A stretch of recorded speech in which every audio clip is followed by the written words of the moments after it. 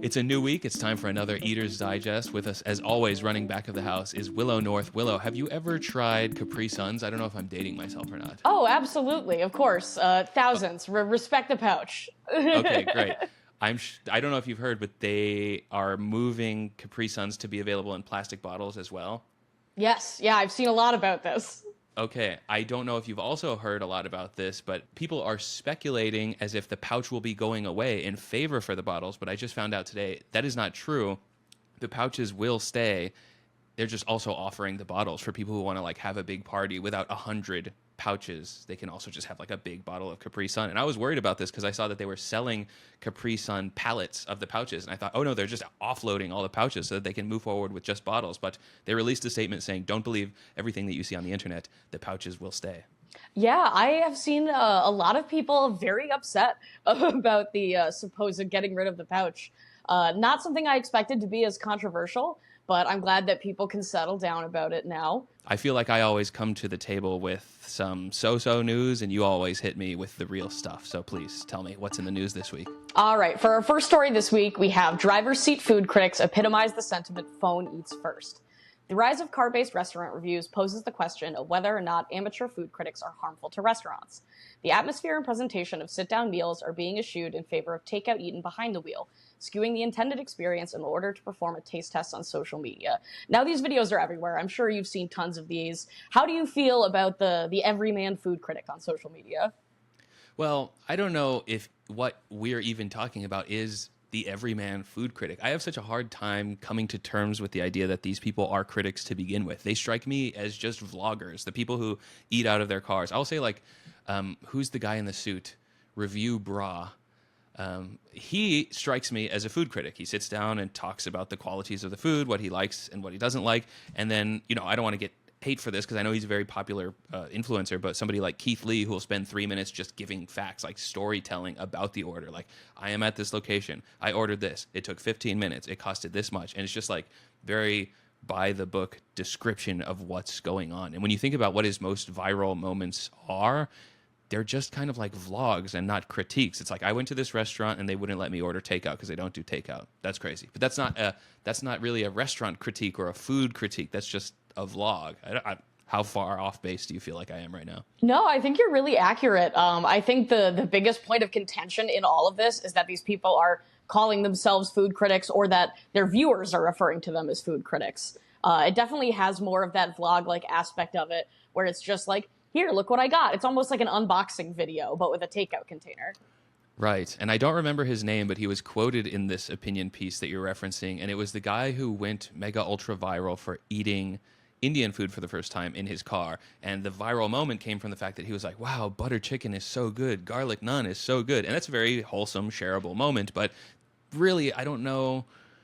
I checked in on him recently, and he's doing just more vlog-style spectacle, out of control, in-your-face stuff, like having a seafood boil in his car, and all the comments are like, that's disgusting, that's crazy. And I think that's really the core issue of what this article's author is trying to say is, like, not all foods are meant to be eaten to go.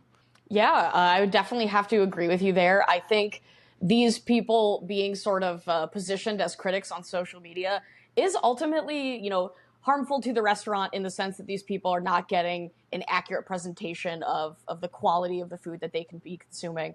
But at the end of the day, I think the people that it mostly affects are viewers who are maybe not as inclined to go to these restaurants because someone said the fish was 7 out of 10, but they didn't eat any of the accoutrements that came with it. Maybe. I guess the way in which the viewer is harmed is usually, in my experience, the opposite way, where there's a ton of hype driven to this very normal thing because it's positioned as a must try. I know here in Tempe, Scottsdale area, there's something called Busan Mart, which is a Korean, basically 7-Eleven full of really cool noodles and beverages and things like that. And it is a corner store. It's not crazy, but a ton of people keep coming to them and vlogging their experience. And my sister just went yesterday. She's like, oh, I thought this would be like a huge Walmart-style grocery store. It's just a convenience store. And so I think there's a lot of talk about this overseas as well. People in Europe will be like, why is so much attention being spent on like hyping up this tiny bakery that's not very good. Don't really understand, but I'm not complaining because at least they're not clogging up the pipes of the places that we actually like. Yeah, I think that that's a good point. That's sort of the antithesis to the like hyped up videos. You know, we have these people on social media who are like, "Oh my God, you have to get down to Popeyes and try the new Popeyes chicken sandwich," but it's just a fast food chicken sandwich. There's 1,000 of them. The concept of eating a takeout fish in your car is just not going to work the same way as reviewing something like a Popeye sandwich in your car does. There's a reason why fast food is kind of the original car review. Yeah, I think this is just another one of those things where I have aged myself out of understanding what the genre is. In the same way that people who watched Food Network see social media cooking and they're like, this isn't food. This isn't a food show. This person's not sharing a recipe, not sharing the measurements, not giving any tips. They're just doing a bunch of quick cuts of them showing themselves cooking. And in the same way, that is just a vlog about what you cooked. It doesn't actually help. You know, a really fast, quick cut TikTok of somebody cooking food is more of a vlog than a typical stand and stir recipe cooking show like you would see on Food Network. And in a way, that's kind of the same thing. Yeah, I think that that is sort of equivalent to what we're seeing now is just sort of the modern day version of picking up the newspaper and reading a restaurant review.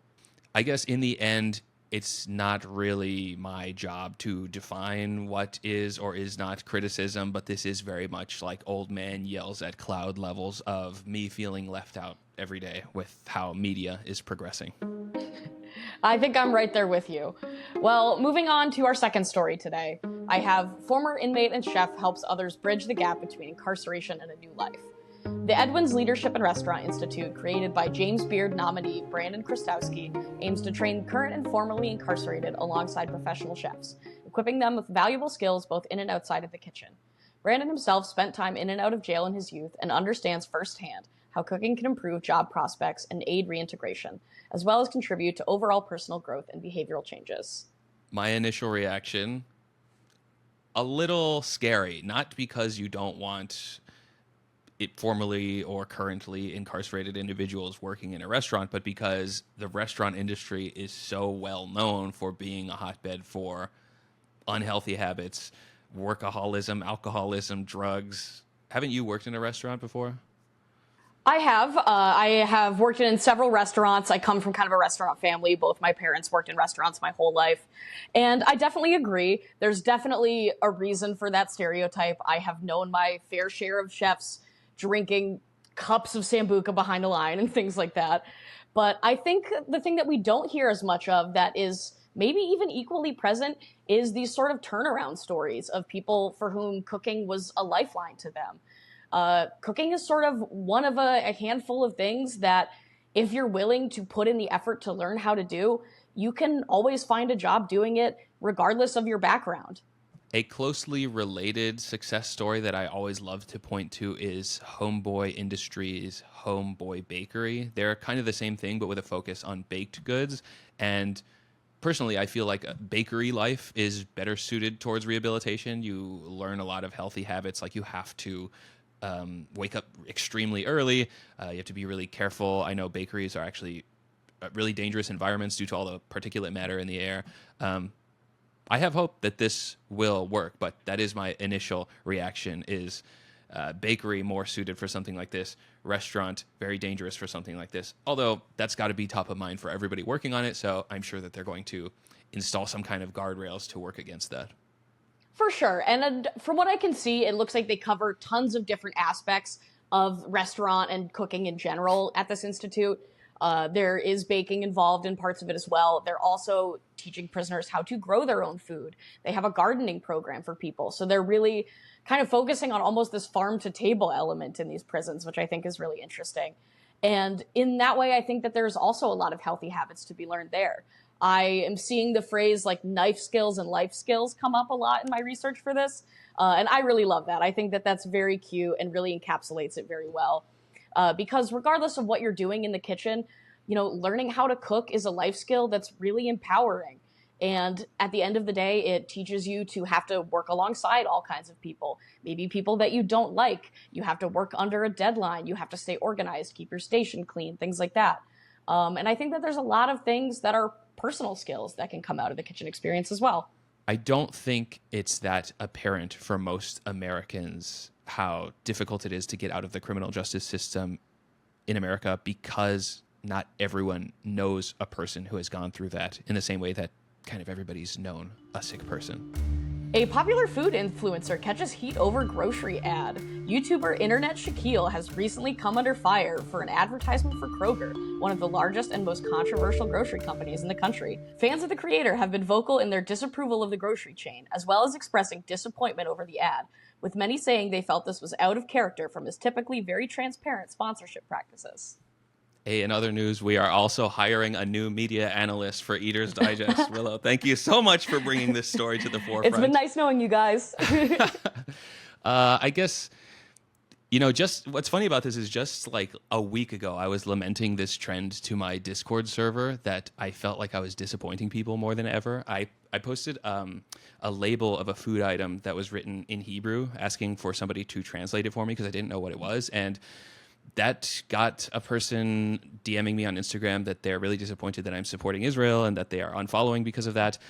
Last weekend, I posted myself holding somebody else's Zyn. I don't even use Zyn. I was at a Top Golf, and I thought, ooh, this is like a funny post because golf and Zyn go hand in hand. And again, somebody messaged me saying, oh, you used to be so cool, and now you're just a no-good nicotine influencer, and I'm unfollowing you for that.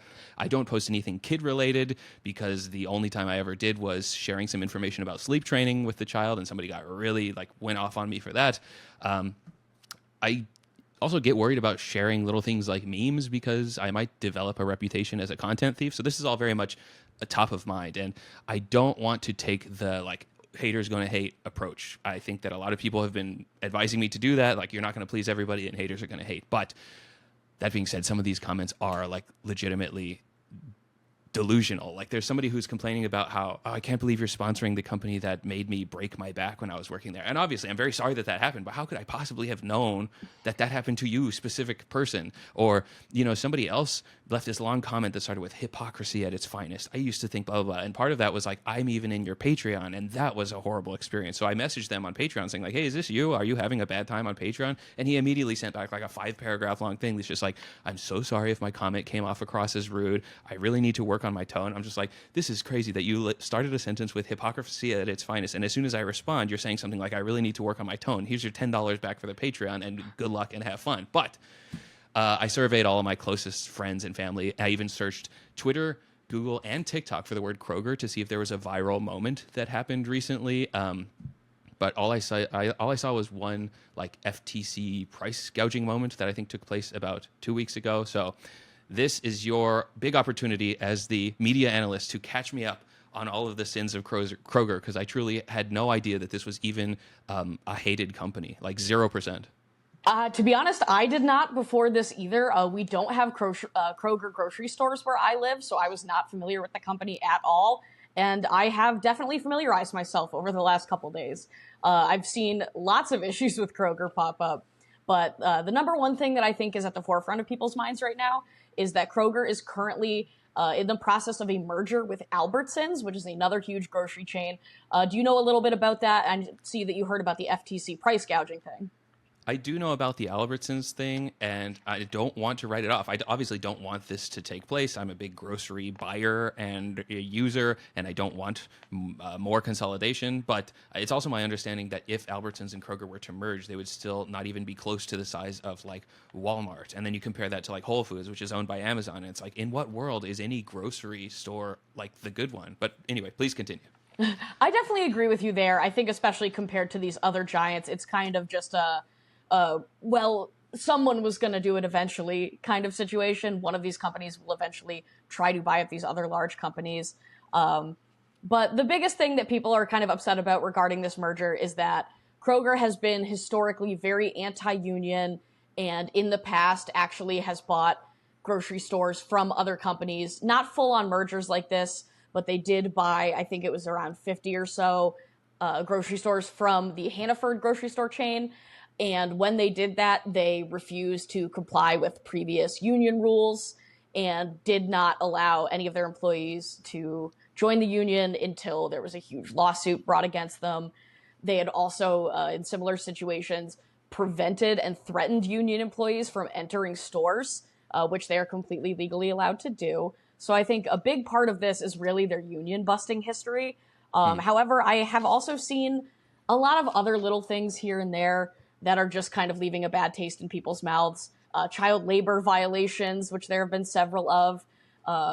Minors being allowed to operate like box balers, trash compactors, things like that, other dangerous equipment.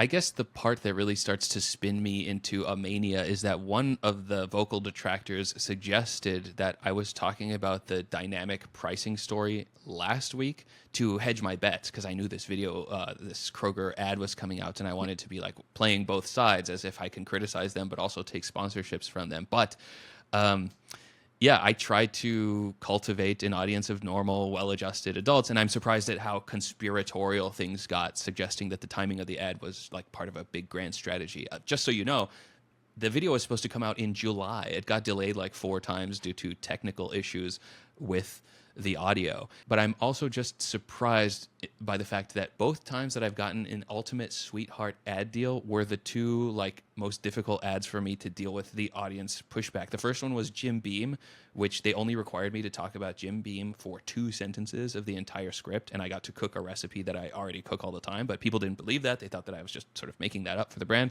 And then this one, which is like, hey, you obviously shop for groceries at Kroger. You're always talking about them. Even in last week's video, when I'm like, oh yeah, I'm a power user, I'm always talking about how often I'm buying their products. They're like, what if we, the requirement was that I post a short promoting the other video. It's like such a delicious little effort that I have to do for such a grand shout out. And I thought it was just like the ultimate gold mine. I don't want to say gold mine because it makes it sound like I'm doing it all for the money. That's another thing that I hate, is because so many of the comments are just like, oh man, this guy's got to feed his kid, so I understand, but I'm so disappointed. Like, I'm not struggling to feed my kid. I did this because I thought it was a good idea. And I guess my short summary is that I am just shocked by how unified the ire was. Like, I really thought that there was some kind of viral thing going on that made this take place, in the same way that you might get a lot of flack for like Starbucks in the past couple of months, or McDonald's where they were in trouble.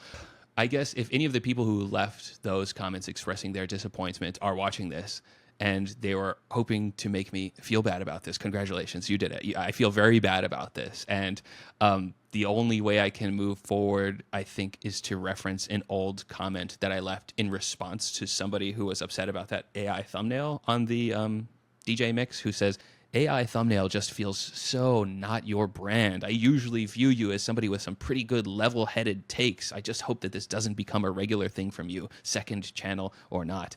To which I said, a month ago, I watched Danny Gonzalez have to publicly apologize for having a Starbucks cup in the background of one of his videos. There was a boycott going on, and he wasn't aware of that. There comes a point where viewers have to grapple with the idea that we're not all looking at the same stuff online, and your favorite creators might not be involved in or even aware of the major cultural debates that you're following online. In this case, that applies to me. I didn't know this whole conversation was happening. All things considered, I probably would have done it again. I still shop at this grocery store. I still will shop at this grocery store. The only alternative is that I start shopping at like local farmers markets. And can you imagine how unrelatable and snooty my videos would be if I'm just like, hey guys, it's courgette season and you've got to go to the local farmers market and get these. Otherwise, you will not, this recipe will not work for you. And if we're being realistic, you buy groceries at the place that's closest to you with prices that you can afford. And that's probably going to be Target, Walmart, Whole Foods, Kroger. Within those parameters, I don't think any of those brands would like pass this sniff test, and so I don't think that any advertisement for groceries would ever be acceptable by these standards. In short, there is no ethical consumption under capitalism, folks. Buy groceries where you can afford to buy groceries.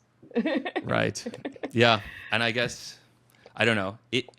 If we're being honest, I think that the people who are upset with this are just upset that they got served an advertisement in a way that's outside of X brand has paid to be mentioned at the end of this video. But in truth, they did not get paid to be mentioned at the end of anything. They paid me to go cook something on somebody else's channel and then post a short about it, which I did. I made it very clear that it was an advertisement. I accepted the ad on a case-by-case basis with the understanding of the brand that I held in my heart of hearts and brain of brains, and that completely aligns with everything that I've said so far, and the fact that people are surprised by that is concerning, maddening, and enough to make me want to say thank you for watching Eater's Digest this week, and we'll see you again next week.